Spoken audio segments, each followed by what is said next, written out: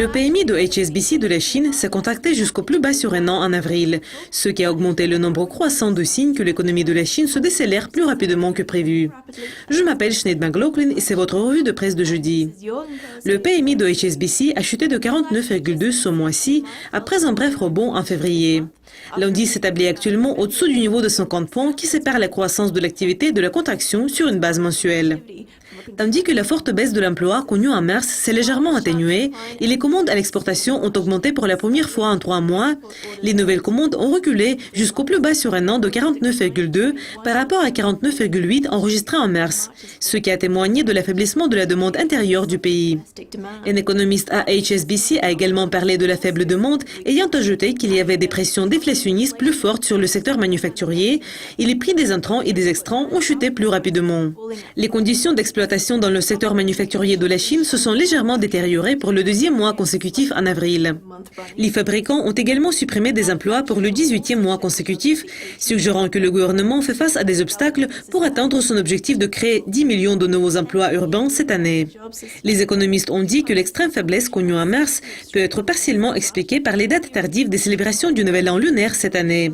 Beaucoup d'usines et de bureaux ont fermé pour longtemps au cours de ces fêtes, ce qui fausse les comparaisons d'une année sur l'autre basées sur le calendrier occidental. Mais la faiblesse continue dans les données sur le PMI en avril témoigne de ce que la deuxième plus grande économie du monde se ralentit toujours. La Chine a utilisé un arsenal de mesures visant à stimuler la croissance économique. Elle a augmenté les dépenses d'infrastructures, a offert des allègements fiscaux et a accéléré les remises de taxes à l'exportation.